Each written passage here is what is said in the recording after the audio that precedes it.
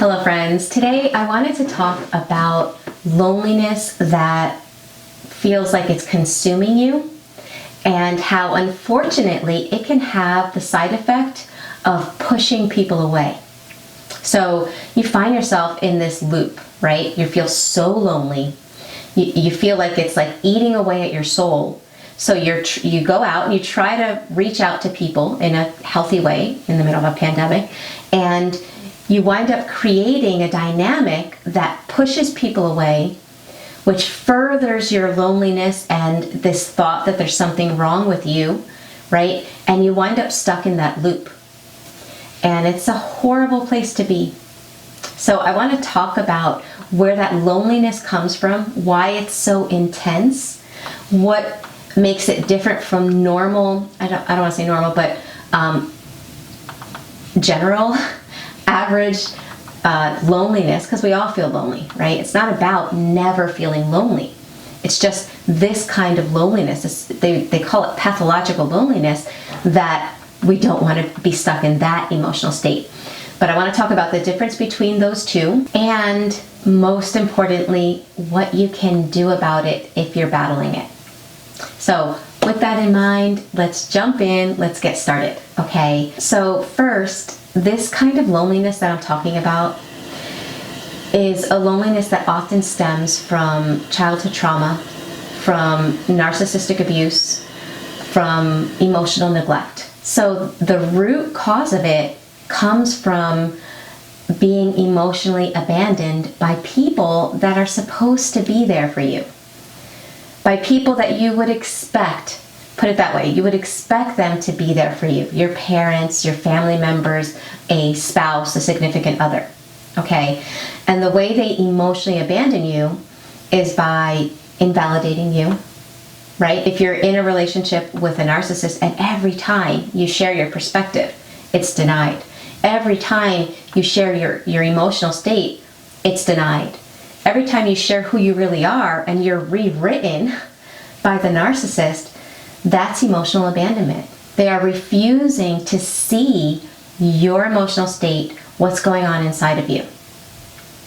I mean, that sums up narcissistic abuse, right? They never see who you are. They never see your emotions. They dictate who you are. They tell you what you're supposed to feel, never validating what you're really feeling. More emotional abandonment. In childhood, same thing. A child learns very quickly that if they show certain emotions, they're going to be punished. They're going to be emotionally abandoned by maybe getting the silent treatment, or they're going to be criticized and made fun of, or be made to feel like there's something wrong with them for having that emotion. So they quickly start stifling their emotions because emotions aren't safe. In both situations, in childhood and in long-term relationships and in your adult life, if you're treated that way, you wind up stifling and denying your emotions.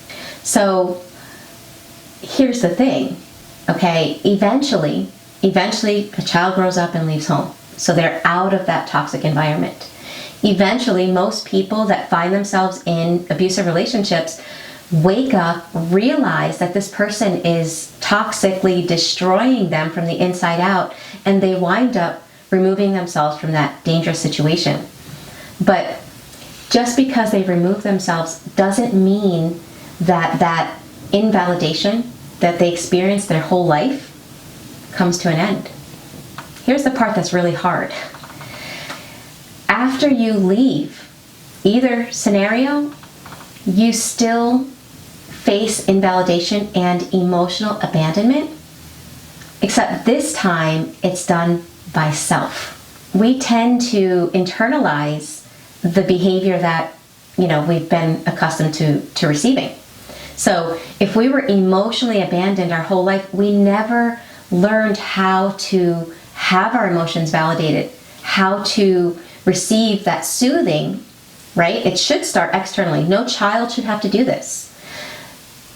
So when a parent soothes that child, when a parent mirrors the child's emotions, they're learning how to treat their own emotions. So if you never got that, And now you're out of all toxic relationships and you're by yourself. Guess what you do? You wind up, without realizing it, you wind up treating yourself how you were treated.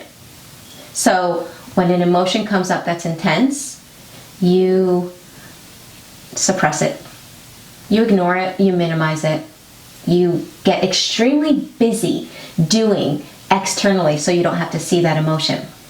That's emotional abandonment. Okay, so how does that tie into loneliness?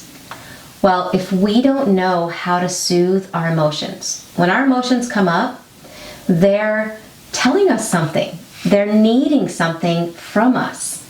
And if we emotionally abandon ourselves, that creates an intense amount of loneliness. We feel separated from everyone externally, and we feel separated from ourselves internally. It's a horrible place to be. So what happens when you're in that state is sometimes when you try to kind of work through that loneliness, you think that external relationships are going to help. The problem is that if you have not quenched your thirst, is that a word? Quenched? Quenched. You have not quenched your thirst for loneliness, you're kind of like a person that has been walking through the desert, has gone days without water, and like you're so thirsty, you feel like you're about to die. So imagine that scenario. And now you walk up to a group of people and one person that you're talking to has a glass of water. Keep in mind, you are so thirsty, you're not yourself. You're not being yourself in that conversation. All you can think about is, give me that water. And when you act like that, how are people going to respond? They're going to pull away. When we need, and we're pulling people like that emotionally, the tendency is for them to pull away, to pull back. It doesn't feel good. So that's something that happens. And one of the things that people do when they are trying to get that thirst quenched by someone else is they will throw all of their emotional baggage out on the table within a 5-minute conversation. Right? We've all had that person that we met that just told us their whole life story from A to Z in the first 5 minutes that we meet them. That's somebody that is trying to get their emotional needs met by somebody else. So why does that cause people to pull away?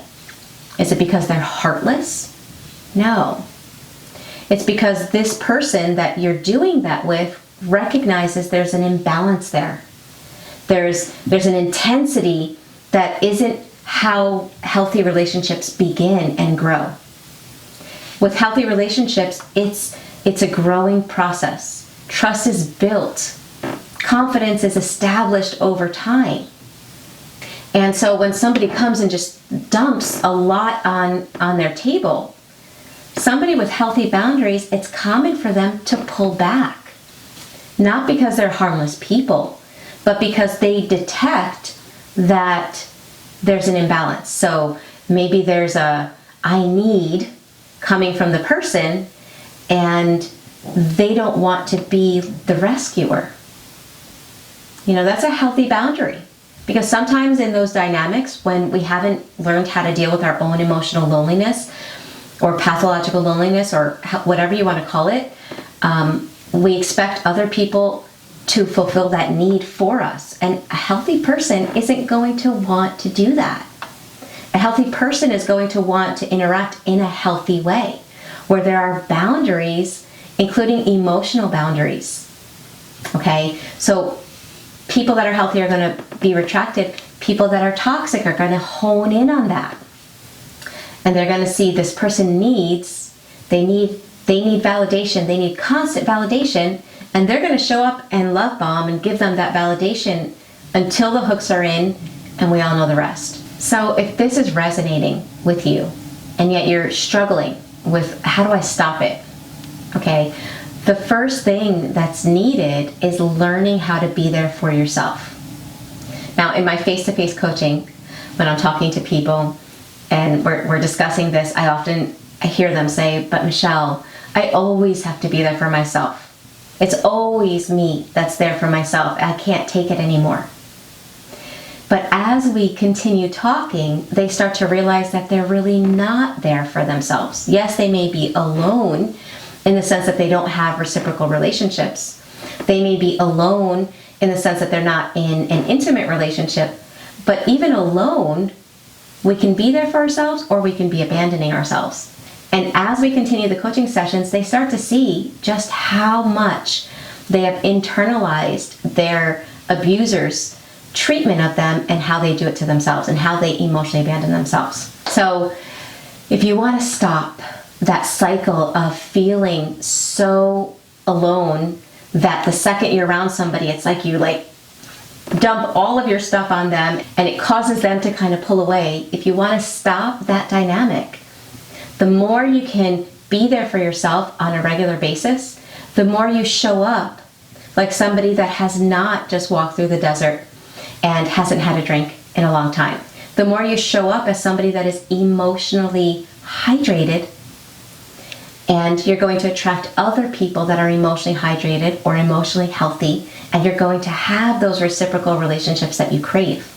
But it's about learning how to stop emotionally abandoning yourself, to stop ignoring your feelings, to stop ignoring your thoughts. And let me tell you something, that's scary, okay?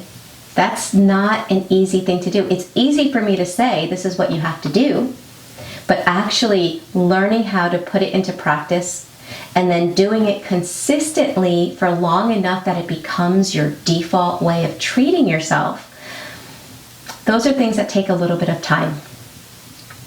So you have to be patient with yourself. You have to realize that when you're working through these side effects of complex PTSD, of childhood trauma, narcissistic abuse, these are things that don't go away overnight. I feel like people watch a video and they're like, oh, I learned something. And then they go on their way and they think that because they learned something on a conscious level that everything's going to change. But our conscious mind learns fast. Our subconscious mind learns slower, and it learns by the everyday little changes that you make in order to work through and rewire the behaviors, thoughts, and actions that you used to do into the ones that you want to do. So be patient with yourself. And remember, if you're struggling, if you've been hopping from video to video and you're still not seeing the change in your life, maybe something more is needed. Okay? You might want to check out the resources I have in the description box below. I do offer an intense 3-month face-to-face coaching that combines life coaching with whole brain state, Psych-K balances, and emotional releases. That's an intense package for people that are ready to do the inner work to heal. But if you're not ready for something that intense, but you're still looking for help that's going to help you to create lasting change, permanent change, then you might want to check out the Thriver School of Transformation and join a group of international thrivers that are monthly working their way through these side effects so that they could finally get to the person that they really are had the trauma not happened to them. So check out the links in the description box below.